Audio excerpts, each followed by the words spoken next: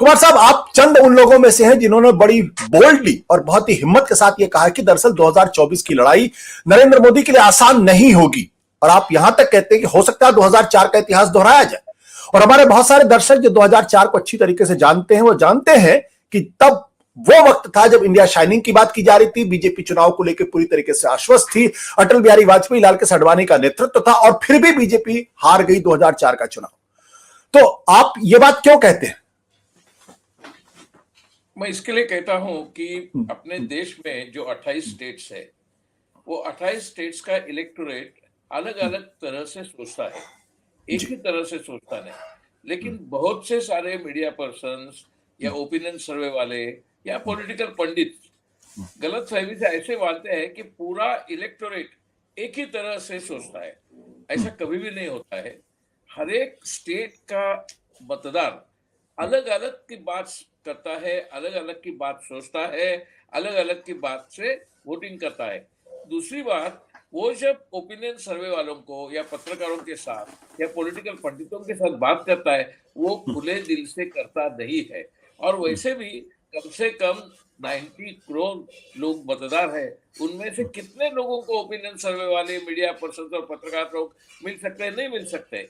इसके लिए मैं मानता हूं कि इसके लिए जाना है उनके अनकॉन्शियस में। उनके अनकॉन्शियस में जाने के लिए क्या है, कोई आध्यात्मिक शक्ति नहीं चाहिए। उनके अनकॉन्शियस में जाने के लिए जो मूड है, जो माहौल है, जो माहौल हर एक राज्य में अलग अलग है, वो माहौल में घुसना चाहिए। वो माहौल में घुसने के लिए आपको उनके अंतर्मन की खोज लेनी है। वो अंतर्मन की खोज लेना कोई आध्यात्मिक काम नहीं, जैसा मैंने कहा। वो अंतर्मन की खोज इसके लिए ऐसी हो सकती है कि उन्होंने अभी तक किस तरह से पॉलिटिक्स की तरफ देखा है, नरेंद्र मोदी की तरफ देखा है और विविध पॉलिटिकल पार्टियों की तरफ देखा है। एक बात सच है कि जब मैं 2014 इलेक्शन की तरफ देख रहा था, तब मैं कह रहा था कि कांग्रेस पार्टी वो उस तरह से सोच नहीं रही थी। मैं कांग्रेस पार्टी के हाईकमांड को भी बोल रहा था कि आप इलेक्शन हार रहे हैं और मोदी बहुत अच्छी तरह उनकी तरफ से अच्छी तरह जीत रहा है। मुझे किसी ने माना नहीं, पार्टी में भी नहीं माना। अब ये बात जो है कि किस तरह से मैंने वो अंतर्मन को जाना, मुझे लगता है वो एक थोड़ी सी एक शक्ति कोई पत्रकारों को जरूर होती है। मैं जानता हूं कोई पत्रकारों को कि जो कहते थे कि 2014 में कांग्रेस बुरी तरह हारने वाली है, लेकिन कांग्रेस वालों को खुद नहीं पता चल रहा था। मुझे लगता है इसमें कोई कांग्रेस वालों का किसका फॉल्ट नहीं होता है। उनको लगता है कि वो जो खुद काम कर रहे हैं उसके ऊपर वो खुश है या नाखुश है, और उस तरह से वो उसकी चर्चा करते हैं, उनका असेसमेंट लेते हैं। मुझे लगता है लोगों के दिल तक पहुंचना आसान नहीं है, लेकिन मुश्किल भी नहीं है। तो मैं मानता हूं कि मोदी को मेजॉरिटी इस 24 इलेक्शन में मिलने वाली नहीं है। आपका कारण क्या है? आप किन परिस्थितियों का एनालाइज करते हैं जिसके आधार पे आप इस निष्कर्ष पर पहुंचे? देखो, मैं वही आधार ले रहा हूं जो 1977 मैंने देखा, 1971 में देखा, 1980, 1984 सब इलेक्शन में वही अंतर्मन की बात हुई थी। आप बेयर करोगे तो एक छोटा सा उदाहरण दे दूंगा। 1971 में जब मेरे लाइफ में, I was about 25 year old, मेरे लाइफ में जब पहली इलेक्शन कवर की, मैं दिल्ली में ही था, प्रेस इंस्टीट्यूट ऑफ इंडिया में मैं नौकरी कर रहा था। जब मुझे चंचल सरकार जी ने कहा कि आप दिल्ली की इलेक्शन कवर करो, मैं 24-25 ईयर ओल्ड था और मैं पूरे दिल्ली में घुमा। तब दिल्ली में 6 सीटें होती थी। बलराज मधोक खड़े थे, जगन्नाथ जोशी खड़े थे, चांदन चौक में कांग्रेस की तरफ सुभद्रा जोशी खड़ी थी। बहुत बड़ी मीटिंग होती थी। बलराज मधोक की मीटिंग मैंने अटेंड की, बहुत बड़ी मीटिंग, बहुत तगड़ा व्यक्तिमत्व, बहुत तगड़ा वक्तृत्व। तो मैंने आके चंचल सरकार को बोला, मुझे तो लगता है कि बीजेपी, मतलब तो बीजेपी नहीं थी, जनसंघ पूरे के पूरे 6 सीट जीत जाएगी। तो चंचल सरकार ने मुझे पूछा, आप श्योर है? तो मैंने कहा, इतनी मीटिंग मैंने देखी, बहुत लोगों के साथ बात की, सब कह रहे थे जनसंघ ही आएगा, मतलब बलराज मधो आएगा, सोनी आएंगे, जगन्नाथ जोशी आएंगे। एक्चुअल में क्या हुआ, 1971 में जब ग्रैंड अलायंस इंदिरा गांधी के खिलाफ खड़ा था, जब बीजी वर्गीस हिंदुस्तान टाइम्स में कॉलम लिखते थे, इंडियन एक्सप्रेस और हिंदुस्तान टाइम्स में फ्रैंक मोरेस और हिंदुस्तान टाइम्स में कॉलम लिखते थे कि चांस ही नहीं इंदिरा गांधी को वापस आने का, क्योंकि वहां सिंडिकेट कांग्रेस है, समाजवादी है, जनसंघ है और स्वतंत्र पार्टी है, 4 पार्टी, चांस ही नहीं है। उन 4 पार्टियों का वोटिंग परसेंटेज ऐड करोगे तो 53% से आगे जाता है। इंदिरा गांधी पार्टी टूट गई है, उनके साथ कोई नहीं है, संगठन ही नहीं है, उनके पास उतना पैसा भी नहीं है, कार्यकर्ता नहीं है, तो कैसे आ सकती है। लेकिन बाद में हम सबको मालूम है, उसको नारा गरीबी हटाओ का नारा था। इंदिरा गांधी हर एक जगह जा रही थी पूरे देश में, और इंदिरा गांधी ने स्वीप कर दिया पोल, और गरीबी हटाओ इलेक्शन के साथ उनका 2/3 से भी ज्यादा मेजोरिटी लोकसभा में आ गया। तब मैंने पहला लेसन मुझे पता चला मीडिया क्या कहता है, और ओपिनियन सर्वे, तब तो ओपिनियन सर्वे नहीं थे, तब एक ही ओपिनियन सर्वे चलता था, वो Indian institute of public opinion JW D'Costa नाम के गृहस्थ थे, वो ओपिनियन पोल करते थे। उनका भी ये मानना था कि इंदिरा गांधी हारने वाली। तब से मैंने ध्यान में लिया कि पत्रकार क्या कहते हैं, ओपिनियन सर्वे क्या करते हैं, पॉलिटिकल पंडित क्या करते हैं। जब जैसे कि बीजी वर्गीस और फ्रैंक मोराइस कह रहे थे इंदिरा गांधी हार रही है, और इंदिरा गांधी सिर्फ जीती नहीं, लैंडस्लाइड से जीती।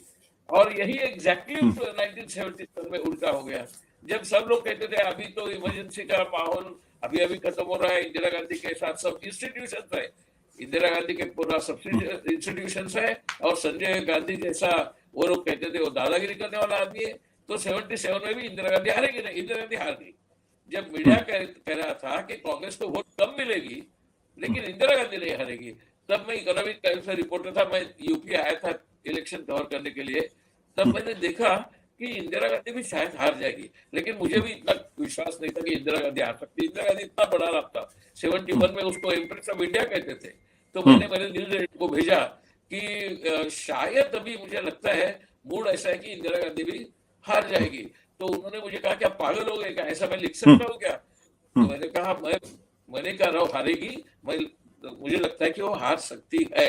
तो उन्होंने क्वेश्चन मार्क देके थोड़ा सा इकोनॉमिक टाइम्स में फ्रंट पेज पे छोटा रिपोर्ट छपा दिया, और जब बाद में इंदिरा गांधी हार गई तब वो सब चकित हो गए, आपको कैसा पता चला कि वो इंदिरा गांधी हार? मुझे पता नहीं चला, मैं लोगों का माहौल देख रहा था, लोग जो सामने बोलते हैं वो इतना सच नहीं बोलते। अभी 77 में एग्जैक्टली ऑपोजिट रिजल्ट मुझे मिल गया। 1980 में सब लोग कहते थे अरे अभी इमरजेंसी तो इतने 4 वर्ष पुरानी है, लोग भूले नहीं है फैमिली प्लानिंग को, लोग भूले नहीं है संजय गांधी को, इंदिरा गांधी इतनी वोट से नहीं आएगी। अगेन 3/4 मेजोरिटी तक उनका वोट परसेंटेज गया और वोट सीट्स गया। तो मुझे लगता है कि हर एक टाइम मैंने देखा है कि पॉलिटिकल पंडित सर्वेज और ओपिनियन पत्रकार बहुत गलत करते हैं। तो क्यों गलत करते हैं?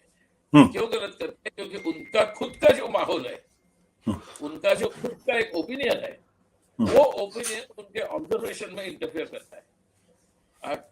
पत्रकार को या ओपिनियन सर्वर को उनका खुद का जो ओपिनियन है, उनका जो प्रिजुडिस है, उससे बाहर पड़ना उनको बहुत मुश्किल है। तो अभी भी क्या है कि पूरा मीडिया में ऐसा वातावरण है कि मोदी तो है तो मुमकिन है, मोदी हार ही नहीं सकता। और इसी तरह की बात मैंने 1971 में सुनी थी, 1977 में उसी तरह सुनी थी, 1980 में सुनी थी। मुझे लगता है इस तरह से बात करने से कुछ नहीं होता है। आप देखोगे, मैं लास्ट पॉइंट, तमिलनाडु, केरला, आंध्र प्रदेश, तेलंगाना, पांडिचेरी और कर्नाटका, इन राज्यों में अबाउट 132 सीट्स है। 132 सीट में बीजेपी को कितने मिल सकते हैं? ज्यादा से ज्यादा 20, उससे ज्यादा नहीं मिल सकते हैं। और बंगाल में कितने, बहुत कम मिल सकते हैं। पंजाब में भी नहीं मिलते, क्योंकि एक हम समझते नहीं है, बीजेपी जिसको सब कहते हैं राष्ट्रीय पक्ष है, बीजेपी राष्ट्रीय पक्ष नहीं है। बीजेपी सिर्फ हिंदी राज्यों का पक्ष है, प्रादेशिक पक्ष है, वो प्रादेशिक स्थानीय पक्ष है, वो हिंदी बेल्ट का है। और इंदिरा गांधी को भी 1977 में जब पूरा देश उनके खिलाफ वोट कर रहा था, जनता पार्टी को और अपोजिशन को, इंदिरा गांधी स्वीप कर दी पूरा एंटायर साउथ शी स्वीप। तो that means what I said initially कि हर एक इलेक्शन में हर एक इलेक्टोरेट, हर एक राज्य का इलेक्टोरेट अलग अलग तरह से सोचता है, अलग अलग तरह से वोटिंग करता है। और ये देखने के बाद मुझे पता चला कि अभी भी मोदी की बात कितनी बड़ी हो, मोदी का मीडिया कितना भी बड़ा हो, मोदी का माहौल उन्होंने बनाया हुआ कितना भी बड़ा हो, इतनी बड़ी इमेज बना रखी है उन्होंने कि वो बड़ी इमेज का प्रभाव पड़ेगा नहीं। और लोगों के दिल में जो है वो लोग शायद बोलते नहीं है, लेकिन वो दिखाएंगे कि वोटिंग मोदी के खिलाफ जाएगा। सत्य हिंदी का ऐप डाउनलोड करें गूगल प्ले स्टोर पर।